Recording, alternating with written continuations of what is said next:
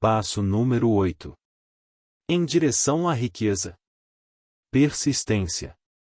Você reconhecerá e eliminará certas fraquezas que estão entre você e seus objetivos.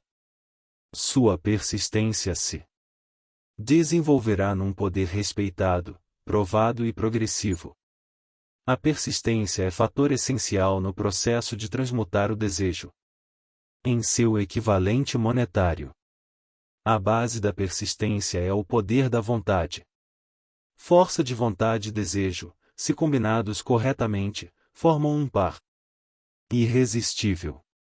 Homens que acumulam grandes fortunas geralmente são conhecidos como de sangue frio e, às vezes, cruéis. Muitas vezes são mal interpretados. O que têm é força de vontade, que misturam a persistência, colocando-a por trás dos desejos, para assegurar a consecução de seus objetivos. A maioria das pessoas está pronta para alijar objetivos e propósitos, desistindo ao primeiro sinal de oposição ou má sorte. Alguns continuam, apesar de toda oposição, até a meta. Pode não ter significado heróico a palavra persistência, mas essa qualidade está para o caráter do homem como o carvão está para o aço. A construção de uma fortuna geralmente envolve a aplicação dos 13 princípios desta filosofia. Esses princípios devem ser entendidos e aplicados com persistência, por todos os que acumulam dinheiro. Desejo fraco produz resultados fracos. Se você está acompanhando o livro com a intenção de aplicar o conhecimento que oferece, seu primeiro teste de persistência será quando começar a seguir os 6 passos descritos no segundo capítulo. A não ser que você seja um dos 2 em 100, que já tem objetivo definido na mira e plano definido para alcançá-lo, poderá ler as instruções, depois continuar com a rotina diária, sem jamais seguir as instruções. Falta de persistência é uma das causas principais de fracasso. Além disso, a experiência com milhares de pessoas provou que a falta de persistência é fraqueza comum à maioria dos homens. Trata-se de fraqueza que pode ser vencida pelo esforço. A facilidade com que a falta de persistência pode ser vencida dependerá inteiramente da intensidade do desejo de cada um. O ponto de partida de toda a realização é o desejo. Mantenha isso, sempre, em mente. Desejos fracos produzem resultados fracos, assim como pequena quantidade de fogo produz pequena quantidade de calor. Se você achar que lhe falta persistência, essa fraqueza pode ser remediada ateando fogo mais forte aos seus desejos. Continue a ler até o fim, depois volte ao capítulo do desejo e comece imediatamente a seguir as instruções dadas com relação aos 6 passos. O interesse com que seguir as instruções indicará, claramente, quanto ou quão pouco você realmente deseja acumular dinheiro. Se achar indiferente, pode estar certo de não ter adquirido, ainda, a consciência do dinheiro, que deve possuir antes de ter certeza de poder acumular fortuna. Fortunas gravitam em torno aos homens cujas mentes foram preparadas para atraí-las, com a mesma certeza da água, que se dirige para o oceano. Se achar fraco em persistência, centralize a atenção nas instruções contidas no capítulo sobre o poder, cerque-se de um grupo de mente superior e, através dos esforços cooperantes dos membros do grupo, poderá desenvolver persistência. Encontrará instruções adicionais para o desenvolvimento da persistência nos capítulos sobre a autossugestão e o subconsciente. Siga as instruções esboçadas naqueles capítulos, até sua natureza habitual fornecer ao subconsciente um retrato claro do objeto de seu desejo. Desse ponto em diante, você não será prejudicado pela falta de persistência. O subconsciente trabalha continuamente, enquanto você está acordado e enquanto dorme. A magia da consciência do dinheiro.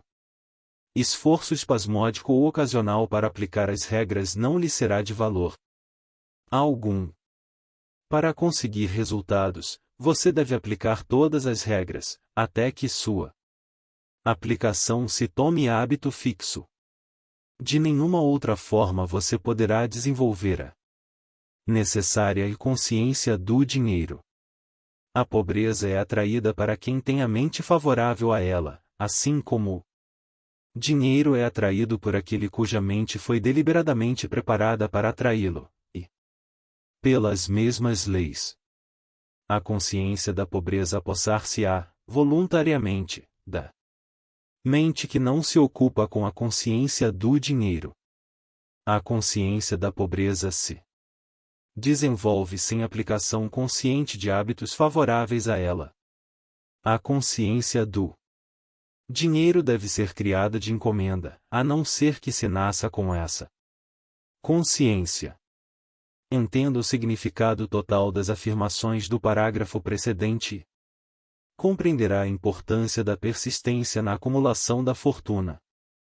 Sem persistência, você será derrotado, antes mesmo de começar.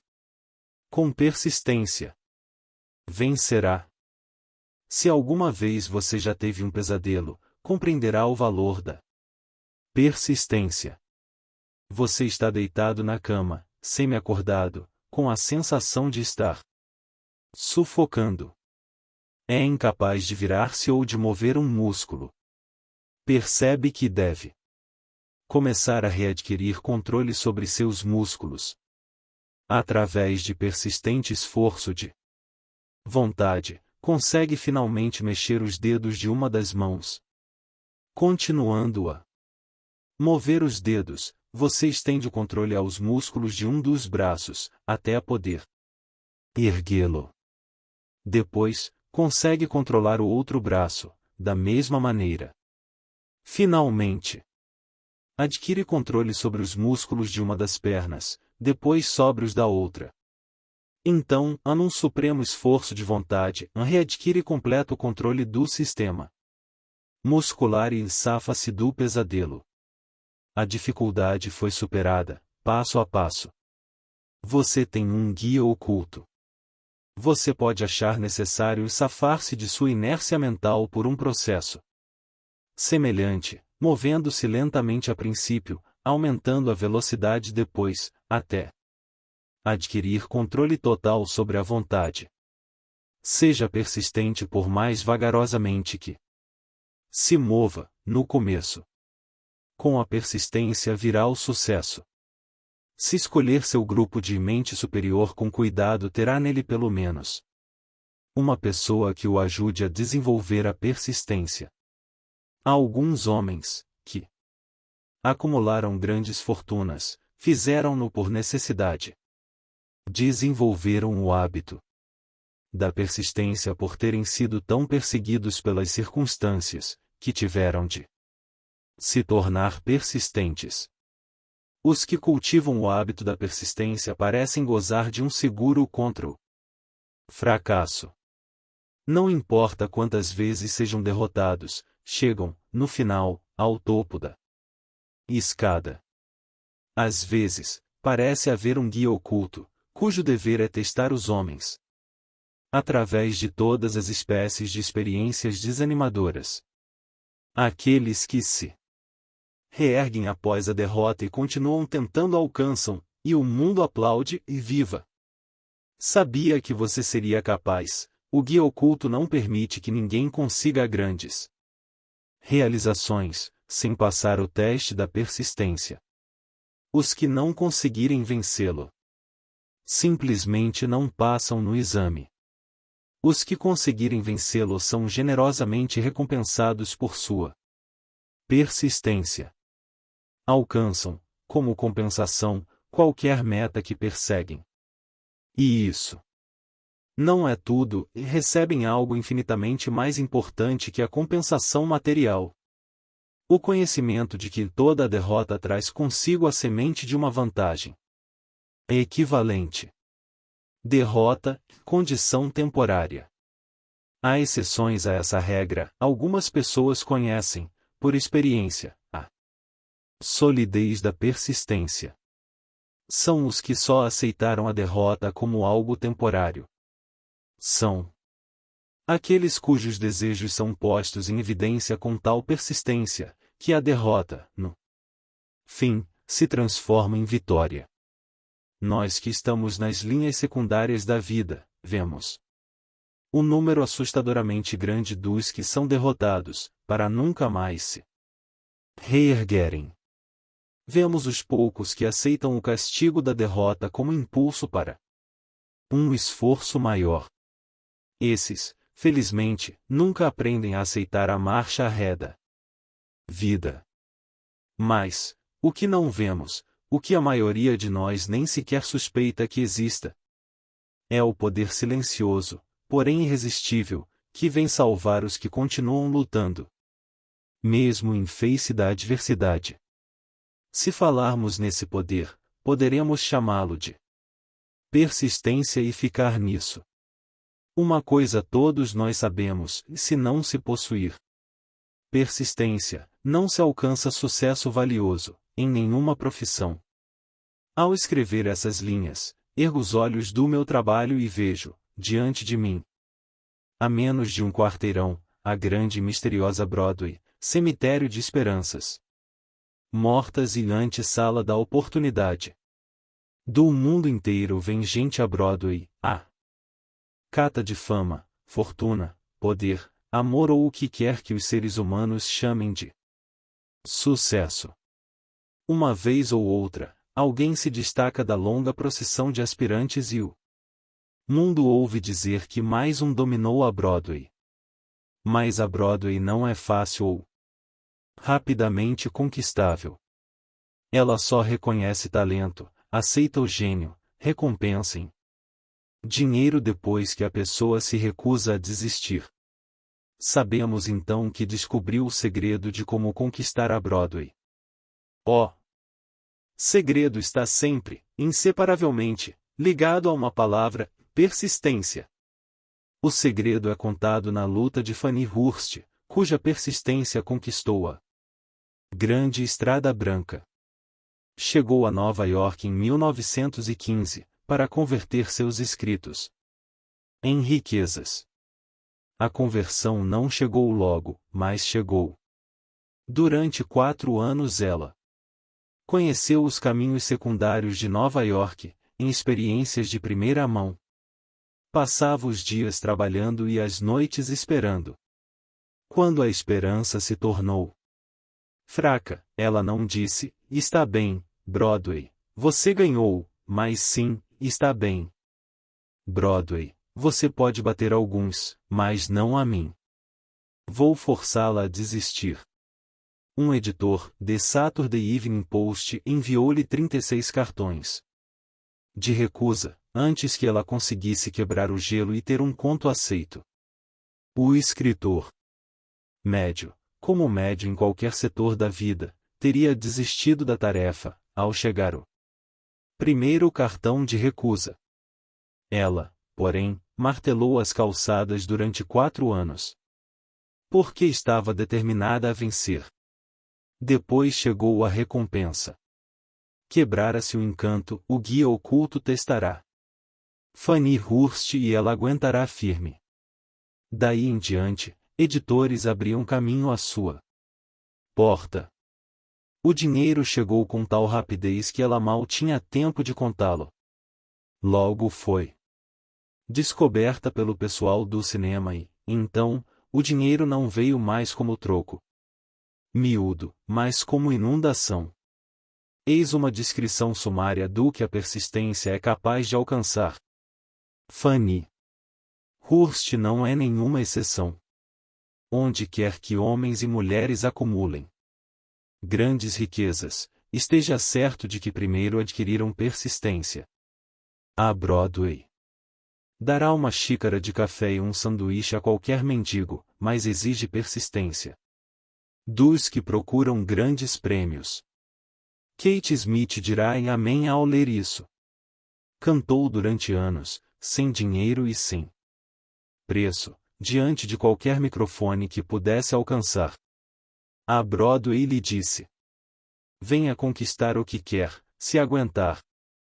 Ela aguentou até que num dia feliz Broadway se cansou e disse: e que adianta? Você não percebe quando é derrotada. Por isso, diga seu preço e comece a trabalhar de verdade. A senhorita Smith e estabeleceu o preço. Era bem alto. Qualquer um pode aprender persistência. A persistência é um estado de espírito, portanto, pode ser cultivada. Como todos os estados de espírito, baseia-se a persistência em causas definidas, entre as quais temos 1. Propósito definido. Em saber o que se deseja é o primeiro e, talvez, o passo mais importante para o desenvolvimento da persistência. Um motivo forte faz superar muitas dificuldades. 2. Desejo. É comparativamente fácil adquirir e manter persistência. Ao perseguir o objeto de um desejo intenso.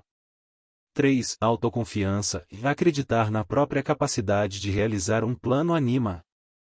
Seguir o plano até o fim, com persistência. A autoconfiança pode ser desenvolvida pelo princípio descrito no capítulo da autossugestão. 4. Planos definidos, planos organizados, mesmo que sejam fracos inteiramente impraticáveis, estimulam a persistência. 5. Conhecimento preciso. Saber que nossos planos são sólidos, baseados na experiência ou na observação, encoraja a persistência. Adivinhação, em vez de conhecimentos, destrói a persistência.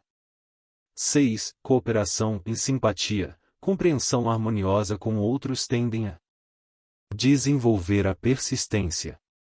7. Força de vontade, o hábito de concentrar o pensamento na formação de planos para alcançar propósitos definidos, conduz à persistência. 8. Hábito, e a persistência é resultado direto do hábito. A mente absorve e se torna parte das experiências diárias, nas quais se alimenta.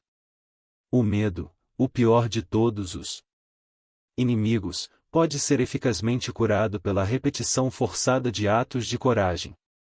Todos os que, na guerra, entraram em serviço ativo, sabem disso.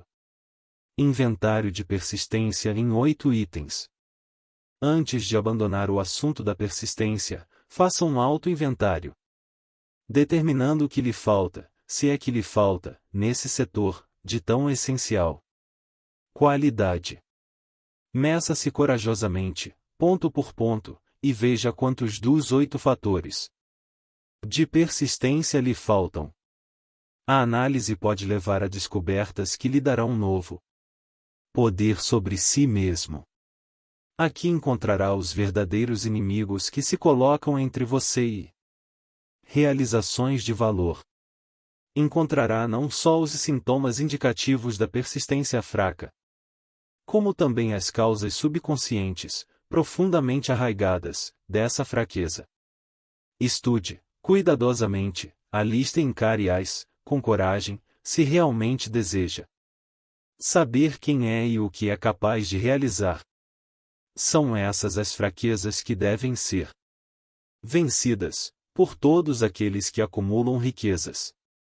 1. Fracasso em reconhecer e definir, com clareza, exatamente o que se deseja. 2. Procrastinação, com ou sem causa, geralmente apoiada em um batalhão de álibis e desculpas.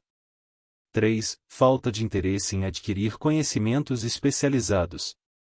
4. Indecisão, hábito de eximir-se de responsabilidades em todas as ocasiões, em vez de enfrentar os assuntos corajosamente, também com apoio em álibis.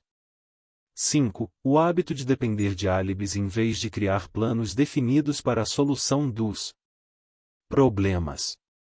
6. Autossatisfação. Há pouco remédio para essa doença e nenhuma esperança para os que dela sofrem. 7. Indiferença, geralmente refletida na prontidão com que se entra em acordo, em vez de enfrentar a oposição e combatê-la. 8. O hábito de culpar outros pelos próprios erros e aceitar circunstâncias desfavoráveis como inevitáveis. 9. Fraqueza de desejo, devido à negligência na escolha de motivos que impelem a ação. 10. Vontade, avidez mesmo, de fugir ao primeiro sinal de derrota, baseada em um ou mais dos 6 temores básicos. 11. Falta de planos organizados, por escrito, onde possam ser analisados. 12. O hábito de não mudar ideias ou de agarrar uma oportunidade quando ela se apresenta. 13. Ansiar, em vez de desejar. 14. O hábito de aceitar a pobreza, em vez de procurar riquezas, a ausência geral de ambição de ser, fazer e possuir. 15. Procurar os atalhos para a riqueza, tentar receber, sem dar o justo equivalente. Geralmente, isso se reflete no hábito de jogar, à espera de grandes negócios. 16. Medo à crítica, fracasso em criar planos e pô-los em ação, pelo que os outros possam pensar, fazer ou dizer. Esse inimigo encabeça a lista, porque geralmente existe no subconsciente, onde sua presença não é reconhecida. Veja os 6 temores básicos num dos capítulos posteriores. Qualquer um pode criticar. Examinemos alguns sintomas do medo à crítica. A maioria das pessoas permite que parentes, amigos e o público em geral os influencie a tal ponto que não podem viver suas próprias vidas, de medo das críticas. Inúmeras pessoas cometem erros no casamento, aguentam firme e atravessam a vida desencantadas e infelizes, por temerem as críticas que poderiam vir, se corrigissem o erro. Todos os que sentiram essa forma de medo conhecem os danos irreparáveis que produz, destruindo a ambição e o desejo de realizar. Milhões de pessoas deixam de adquirir instrução tardia, após terem parado de estudar, por temerem as críticas. Inúmeros homens e mulheres, tanto jovens como velhos, deixam que parentes lhes estraguem a vida, em nome do dever, por temerem críticas. O dever não requer que alguma pessoa se sujeite à destruição de suas ambições pessoais e do direito de viver a própria vida, da maneira que quiser. As pessoas se recusam a arriscar-se nos negócios, por temerem as críticas que podem surgir se falharem. O medo à crítica, em tais casos, é mais forte que o desejo de sucesso. Muita gente se recusa um auto-objetivo ou deixa de escolher uma carreira, por temer a crítica de parentes e amigos, que possam dizer, não tenha metas tão altas. Vão pensar que você é louco. Quando Andrew Carnegie sugeriu que eu dedicasse 20 anos à organização de uma filosofia de realização individual, meu primeiro impulso de pensamento foi o de medo do que as pessoas pudessem dizer. A sugestão deu-me um objetivo bem mais fora de proporção do que tudo que até então concebera. Rápido como um raio, meu espírito começou a criar álibis e desculpas, todas reconhecíveis pelo temor inerente de críticas. Algo dentro de mim dizia, você não pode fazê-lo, e a tarefa é grande demais e exige tempo demais, e o que pensarão os parentes? Como é que você vai ganhar a vida? Ninguém organizou, jamais, uma filosofia do sucesso, com que direito você crê fazê-lo? Quem é você, na verdade, para ter tão alto objetivo? Lembre-se de sua origem humilde, ou o que sabe sobre filosofia. Vão pensar que você é louco, e pensaram mesmo. Por que é que ninguém fez isso antes? Essas e muitas outras perguntas vieram-me à mente, exigindo atenção. Parecia que o mundo inteiro voltará a atenção para mim, de repente, com o propósito de ridicularizar-me, para que eu desistisse do desejo de realizar a sugestão de Carnegie. Tive uma ótima oportunidade, nessa ocasião, de matar toda ambição, antes que essa pudesse dominar-me. Mais tarde, na vida, depois de analisar milhares de pessoas, descobri que a maioria das ideias são natimortas e precisam ter o sopro de vida injetado nelas, através de planos definidos de ação imediata. O tempo de cultivar a ideia é o de seu nascimento, cada minuto a mais de vida dá-lhe melhor oportunidade de sobrevivência. O medo da crítica está no fundo da destruição da maioria das ideias, que nunca alcançam o estágio do planejamento e da ação. Criaram suas próprias oportunidades. Muita gente crê que o sucesso seja resultado de oportunidades favoráveis. Existe certa base para tal crença, mas os que dependem completamente da sorte ficam quase sempre decepcionados, porque se esquecem de outro fator importante, imprescindível para que se tenha certeza do sucesso, e o conhecimento com o qual oportunidades favoráveis podem ser feitas de encomenda. Durante a depressão, o comediante W.C. Fields perdeu todo o dinheiro e se encontrou sem renda, sem emprego e sem meios de subsistência. O vaudeville não mais existia. Estava, além disso, com mais de 60 anos, idade em que muitos se consideram velhos. Tão ansioso estava por voltar a representar, que se ofereceu para trabalhar de graça, num campo novo, cinema. Além dos outros aborrecimentos, ainda caiu e machucou o pescoço. Para muitos, esse teria sido o momento de desistir e fugir. Mas Fields era persistente.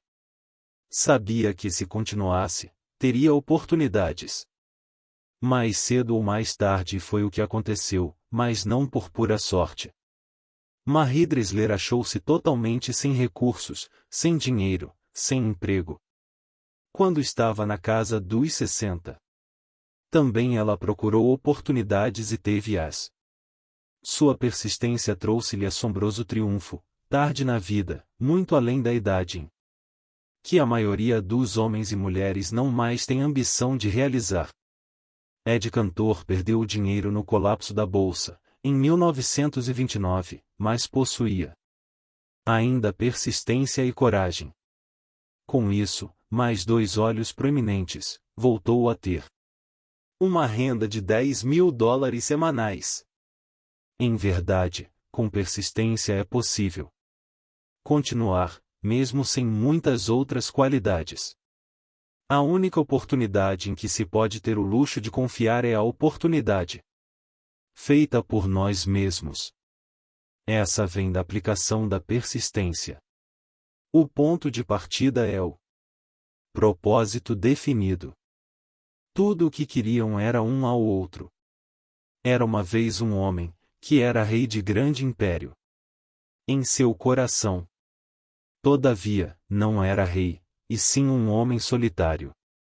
Como o príncipe de Gales, por mais de 40 anos, foi alvo de princesas casadoras de toda a Europa, que se encontravam a seus pés.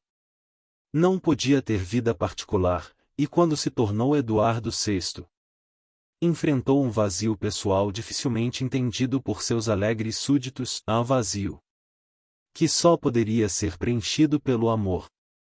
E Wallis Simpson, 2 vezes, não tendo encontrado amor, tivera a coragem de continuar a busca.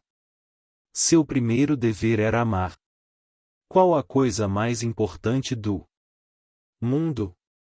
O mestre chamou-a de amor, a não regras impostas pelo homem, críticas, amargura ou calúnia, não o casamento político, e sim o amor. Ao pensar em Wallis Simpson, Pense em alguém que sabia o que queria e abalou um grande império para obtê-lo. Mulheres que se queixam de que esse mundo é dos homens, que as mulheres não têm oportunidades iguais de vencer, devem a si mesmas estudar cuidadosamente a vida dessa mulher incomum que, numa idade em que a maioria das mulheres se consideraria velha, conquistou o solteirão mais procurado do mundo. E Eduardo VII? Será que pagou o preço alto demais pelo amor da única mulher que quis? Só nos restam conjecturas. Mas podemos ver a decisão, podemos ver que a decisão teve preço, que o preço foi pago e pago abertamente. O Império Britânico deu lugar a uma nova ordem mundial. O Duque de Windsor e sua mulher reconciliaram-se, finalmente, com a família real. Sua história de amor, de persistência, de um preço pago e amor triunfante, parece pertencer à época longínqua. Mas devemos lembrar-nos de que os dois procuraram o maior tesouro do mundo e exigiram-no. Examine as primeiras 100 pessoas que encontrar, pergunte-lhes o que mais querem na vida e 98 não serão capazes de dizê-lo. Se os apertar por respostas, alguns dirão segurança, muitas dirão dinheiro, outros, felicidade, outros ainda, fama e poder, alguns poderão dizer reconhecimento social, vida fácil, capacidade de cantar, dançar ou escrever, mas nenhum será capaz de definir os termos ou dar a menor indicação de um plano, pelo qual esperam alcançar os desejos vagamente formulados. Riquezas não reagem a desejos. Só reagem a planos definidos, apoiados em desejos definidos, através de constante persistência. 4 passos para a persistência. Há 4 passos simples que conduzem ao hábito da persistência. Não exigem grande quantidade de inteligência, nem quantidade especial de instrução, e exigem pouco tempo ou esforço. Os passos necessários são: 1. Propósito definido, apoiado por um desejo ardente de realização. 2. Plano definido, expresso em ação contínua. 3. Mente hermeticamente fechada contra quaisquer influências negativas ou desanimadoras, incluindo sugestões negativas de parentes, amigos e conhecidos. 4. Aliança amistosa com uma ou mais pessoas, que nos encorajem a seguir tanto o plano como o propósito. Os 4 passos precedentes são essenciais ao sucesso, em todos os setores da vida. O propósito total dos 13 princípios dessa filosofia é capacitá-lo a dar tais passos como uma questão de hábito. São passos pelos quais se pode controlar o próprio destino econômico. São passos que conduzem à liberdade e independência de pensamento. São passos que conduzem à riqueza, em pequena ou grande quantidade. São passos que conduzem ao poder, à fama e ao reconhecimento do mundo. São passos que garantem oportunidades favoráveis. São passos que convertem sonhos em realidades físicas. São passos que conduzem à vitória sobre o temor, desânimo e indiferença. Há uma recompensa magnífica para todos os que aprenderem a dar os 4 passos. É o privilégio de redigir o próprio ingresso, fazendo a vida conceder o preço que se lhe pede. Pode-se obter auxílio da inteligência infinita? Qual o poder místico que dá aos homens de persistência a capacidade de dominar as dificuldades? A qualidade da persistência implanta na mente alguma forma de atividade espiritual, mental ou química, que dá acesso a forças sobrenaturais. A inteligência infinita se coloca ao lado da pessoa que luta mesmo depois que a batalha foi perdida, com o mundo inteiro do lado oposto? Essa e muitas outras perguntas similares surgiram-me na mente, ao observar homens como Henry Ford, que começou do nada e construiu um império industrial de vastas proporções, com pouco mais, no início, que a persistência. Ou Thomas A. Edison, que com menos de 3 meses de escola se tornou o maior inventor do mundo, convertendo a persistência na máquina de falar, na máquina de filmes e na luz incandescente, para não mencionar meia centena de outras invenções úteis. Tive o feliz privilégio de analisar tanto Edison como Ford ano após ano, num longo período de anos, daí, a oportunidade de estudá-los de perto, o que me faz falar com conhecimento de causa, ao dizer que não achei outra qualidade senão a persistência, em nenhum deles, que mesmo remotamente sugerisse a fonte principal de suas realizações. Ao fazer um estudo imparcial de profetas, filósofos, homens milagrosos e líderes religiosos do passado, chega-se à conclusão inevitável de que a persistência, a concentração de esforços e o propósito definido foram as fontes principais de suas realizações. Consideremos, por exemplo, a estranha e fascinante história de Maomé. Analisemos sua vida, comparando-o a homens de realizações nessa época moderna de indústria e finanças e observemos como todos eles têm um traço predominante, em comum, na persistência. Se você está vivamente interessado em estudar o estranho poder que dá potência à persistência, leia uma biografia de Maomé, principalmente a de Assad Bey. Esta breve apreciação do livro, feita por Thomas Sugrue, no Herald Tribune, fornecerá uma amostra do que irão saborear os que consagrarem o tempo necessário à leitura da história toda de um dos exemplos mais assombrosos do poder de persistência que a civilização conhece.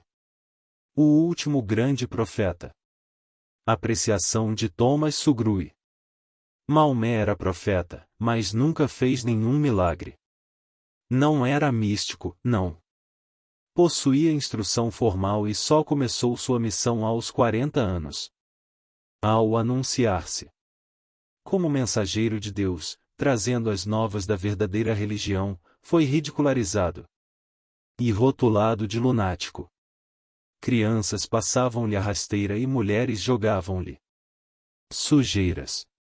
Foi banido de sua cidade natal, Meca, e seus seguidores privados dos bens e mandados ao deserto, para junto dele. Depois de ter pregado durante 10 anos, nada mais pode apresentar senão desterro, pobreza e ridículo. Entretanto, antes que outros 10 anos se passassem, era ditador da Arábia, governador de Meca e líder de nova religião mundial, que se alastraria até o Danúbio e os Pirineus, antes de exaurir o ímpeto que ele lhe dera. Esse ímpeto era triplo: poder de palavras, eficácia da oração e o parentesco do homem com Deus. Sua carreira não tinha sentido. Maomé nasceu de membros empobrecidos de uma família importante de Meca. Meca, encruzilhada do mundo, abrigo da pedra mágica chamada de Caaba, grande cidade do comércio de todas as rotas comerciais. Por ser anti-higiênica, mandava suas crianças para o deserto, para serem criados pelos beduínos. Maomé foi assim criado, sugando força e saúde do leite de mães nômades. Pastor de ovelhas, logo foi contratado por rica viúva, como líder de suas caravanas. Viajou por todo o mundo oriental, falou a muitos homens, de diversos credos, observando o declínio do cristianismo em seitas belicosas. Quando completou 28 anos, Khadija, a viúva, viu-o com bons olhos e se casou com ele. O pai dela teria objetado a tal casamento, por isso ela o embebedou e segurou-o enquanto ele dava a bênção paterna. Nos 12 anos seguintes, Maomé viveu como comerciante rico, respeitado e muito sagaz. Depois, começou a vaguear pelo deserto, retornando um dia com o primeiro verso do Corão e disse a Khadija que o arcanjo Gabriel lhe aparecerá, dizendo que lhe cabia ser mensageiro de Deus. O Corão, a palavra revelada por Deus, era o que mais se assemelhava a um milagre na vida de Maomé. Nunca fora poeta, não possuía o dom da palavra. Contudo, os versos do Corão, quando os recebia e os recitava aos fiéis, eram melhores que quaisquer versos produzidos pelos poetas profissionais das tribos. Isso, para os árabes, era um milagre. Para eles, o dom da palavra era o maior dom e o poeta todo-poderoso. Além disso, o Corão dizia que todos os homens eram iguais perante Deus e que o mundo deveria ser um estado democrático, ou o Islã. Foi essa heresia política, mais o desejo de Maomé de destruir os 360 ídolos do pátio da Caaba, que causaram seu banimento. Os ídolos traziam as tribos do deserto a Meca, o que significava negócios. Por isso, os comerciantes de Meca, os capitalistas, dos quais Maomé fizera parte, caíram sobre ele. Retirou-se, então, para o deserto e proclamou a soberania sobre o mundo. A ascensão do Islã começou. Do deserto veio a chama que não mais se extinguiria, um exército democrático, lutando como uma unidade só e preparado a morrer sem pestanejar. Maomé convidará judeus e cristãos a unir-se a ele, pois não estava criando uma nova religião. Chamava a todos os que acreditavam num único Deus, para que se unissem numa única fé.